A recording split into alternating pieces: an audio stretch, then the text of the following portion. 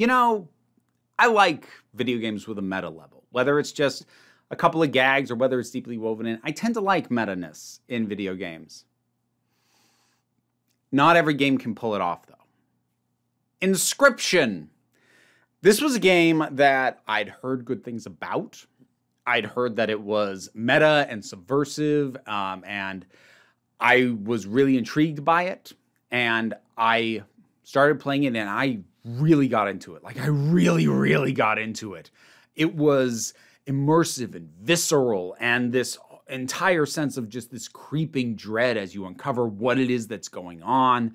And it's really so good. It got its claws into me and I was hooked in. And I even like the card mechanics. I've mentioned before, I can be really picky about deck building mechanics, but it was doing them in a sort of roguelike style way that really worked for me, that I felt like even when I screwed up, I was figuring things out how to do it better. And it was just the right amount of randomization, and it didn't put a ton of pressure on me to build a perfect deck before it even started. And I was so into it, and then the first third of the game ended, and the bottom fell out. And I didn't even realize how bad the bottom fell out until I got to the third section, and about halfway through that just went, screw this. Screw this. I am too frustrated by this game. I'm not enjoying it anymore, and I have no interest in the story now.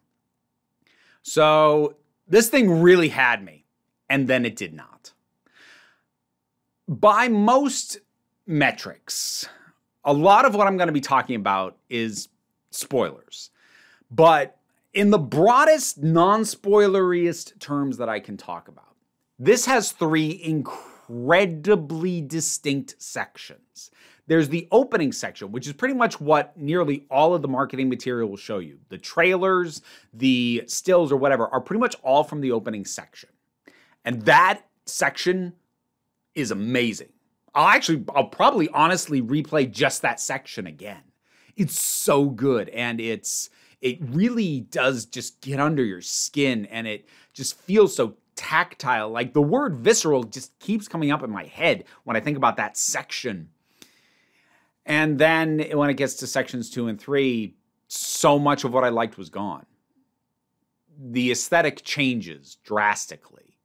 And I kind of powered through the second section because they did some tweaking to the mechanics that also annoyed me in the second section, so that the balance of me really liking the deck building in the first act, I started to turn on it in the second act. But I moved through thinking, okay, if I get to this section, will it get me back to what I was so into initially? And then I got to the third act, and no, it didn't. And it tweaked with the mechanics of the deck building even more into something that I liked even less. And that's when I said, screw it. I was too frustrated, and I just didn't care anymore. I feel like, I don't want to throw around terms like false advertising, but there is a rug pull done on the audience, and if it works for you, it's probably a brilliant subversion.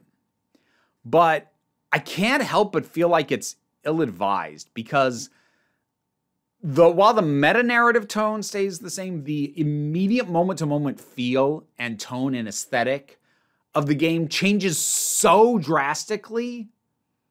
I have a hard time imagining anybody who was really into so much of what the first act offered would be anything other than disappointed that so much of that just doesn't come back, other than the mechanics, when you get into the second and then even the third act. I just have a hard time thinking that anyone who really liked that first act would like the other acts as much, or that anyone who only really likes what the second and third act do would be able to power through the first act. Like, there is just such an aesthetic difference. Not a tonal narrative dissonance, but such an aesthetic and atmospheric dissonance. And sometimes you can play that dissonance just right and make it work. For me, this did not. And I now need to start getting into spoilers, because I want to complain in more detail. So that's your spoiler warning. This game started out amazing, and it lost me really hard. So, as I said, that initial deck building thing starts out with kind of a roguelike element, which is how I like deck builders to work. I don't like anything that basically makes me build the entire deck before I start, and then I won't realize until I'm in the midst of the thing that I built a deck that it doesn't work. Either it's crap in general or it doesn't work against what I'm playing against.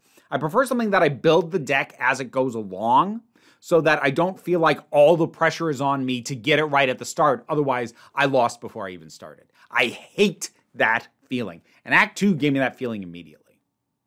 Because whereas the first act has you build your deck as you go, the second act, while you get access to more cards, you have to pick a starter deck out of 4 available decks at the start of Act 2. And it doesn't tell you what the mechanical differences are.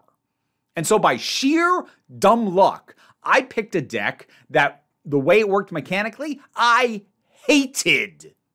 I hated that deck.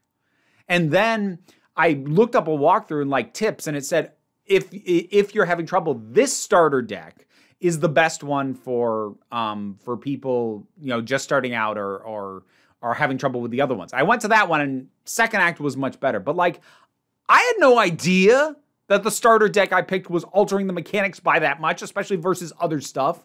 I was given no heads up, and that drastically impacted my ability to enjoy it mechanically. And as I said, the second act completely loses the aesthetic because it goes 8-bit, top-down visual aesthetic.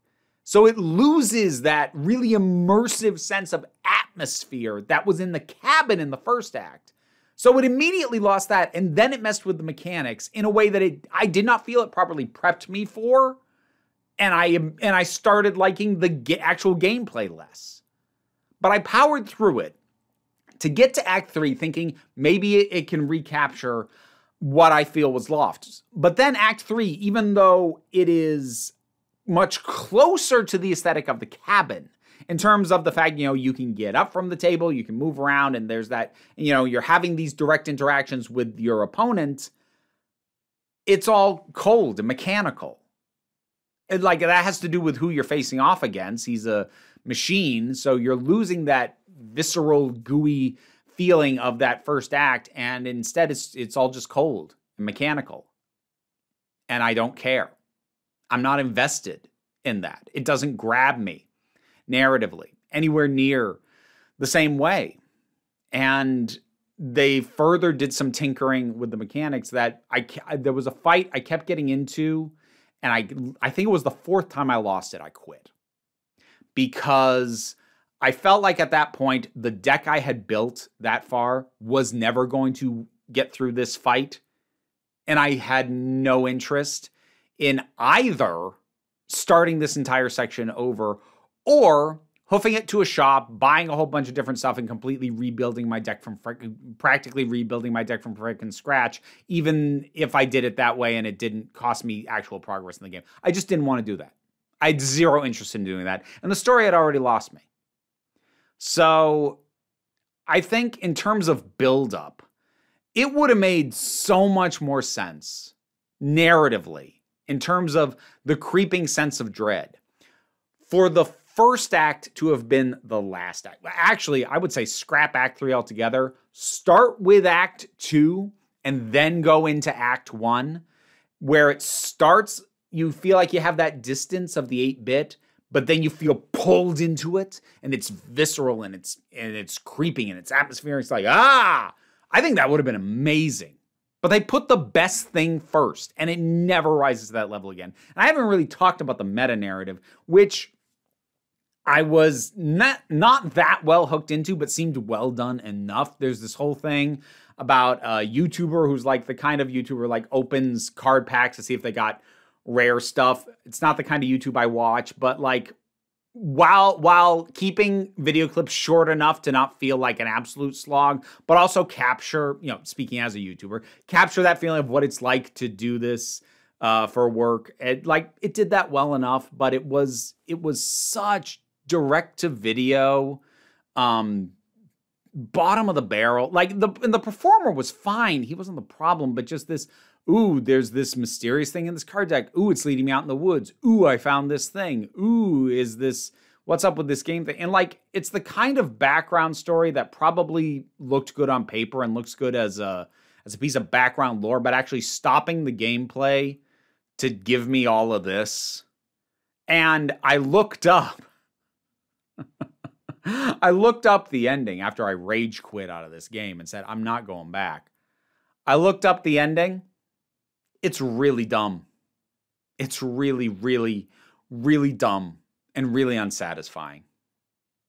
I'm not going to spoil what it is. There might be slight alterations to the ending depending on certain things, but like the main narrative ending is real stupid. It's really dumb. It kind of boggles my mind that so much amazing energy and detail and atmosphere could be poured into the start of a game and not even just like gradually lose it over time, just hard line, it's gone. You can't have any of that anymore. What? This probably ranks as my most frustrating or actually disappointing video game that I've played for a while. I suppose the other one might be Final Fantasy VII Remake, but like my disappointment with that grew gradually over time. This one came with a hard line.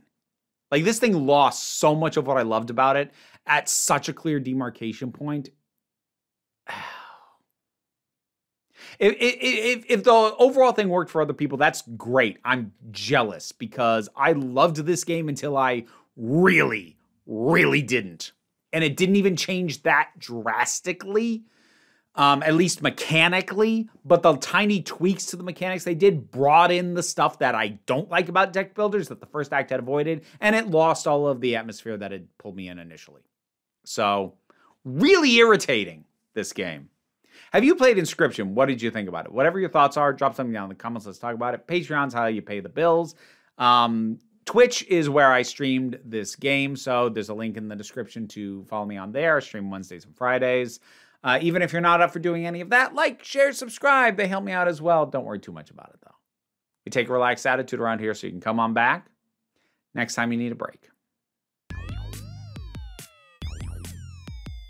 End credits, that means I need to shout out my top Patreon supporters. Robin Moore, Zupin Lutfula, Tarak, the thing that goes doink in the anime, Oliver B., Linda Walters, Emu Delkey, Leotha Boyd, Toy Loli, Becky Sparks, Renabilax the Poodle, Zach, Tracy Scrabbit, Angry Casperl, Adam RDL Taylor, Shay Lagourlay, Brendan LaRose, and TT.